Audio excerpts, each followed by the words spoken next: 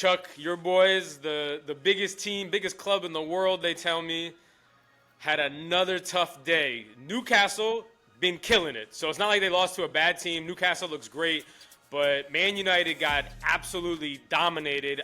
As our resident United stan, I wanted to get your reaction to the game off the bat. Like, I see Issa getting not marked. Like, the first goal is just ridiculous. Like, no one even marked. He ran between three dudes, three different back defenders. Like, he literally ran between them and split a header into the goal. So, for me, I'm with Ruben. Like, I'm all in on Ruben. Fuck everybody else. Here's the thing, though. Ruben made a horrible tactical decision to start that game.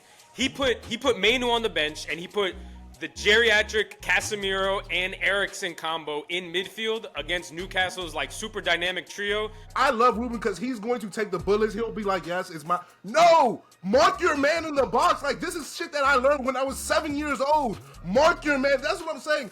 Listen, we could go tactical for days. Mark your man in the box. It's simple. It's simple. It's simple. When I saw Eriksen, I was like, whoa, like, why is he playing? But also at the same time, I looked at the bench and I didn't see anyone in midfield who I was like, oh, he needs to be playing over Eriksen. He needs to be playing over If Kobe Mainu didn't come in, that game was about to be like 8-0. So you're bugging saying there was no one else besides Eriksen. Let's hear what Ruben had to say for himself after the game. Because a lot of people have been criticizing him. You. Oh, please, I'm not the only one criticizing You and Ruben. some shitty other Man U defines. Man, play the clip, man. Got me hot. I was here because of my idea, and I will continue to do my idea until the end. If you continue not to change, Ruben, and the results continue, does there come a point where you have to consider change? Maybe, or you continue with your idea, and they have to change the coach. You wouldn't sacrifice your principles. You cannot, like I said, you cannot go back. I was here because of my idea, and I will continue to do my idea. A smart guy. That's what you're supposed to do. You're a coach, you do your thing. Again, and this is a problem that I have with soccer culture as a whole.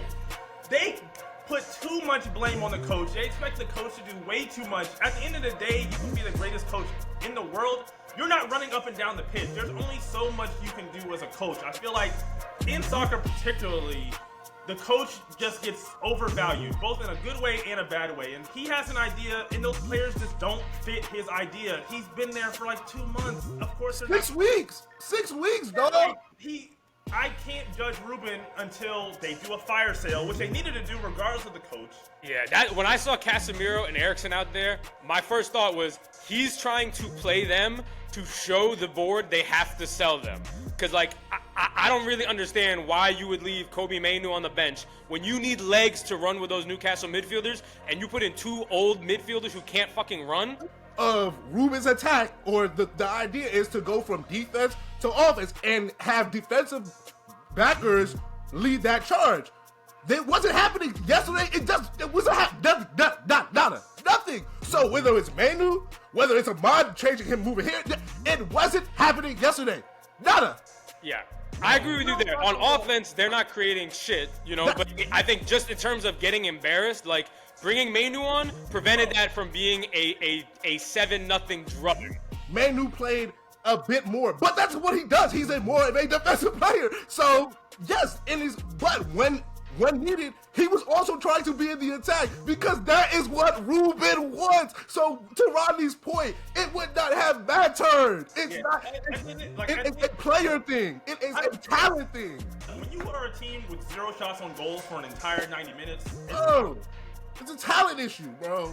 So Man U is 14th place right now, 7 points away from relegation. Chuck, are you 100% sure Man U is not going to get relegated? You're betting everything. Yes. You're betting your daughter's college fund. You're betting the house. Everything. I'm betting your house.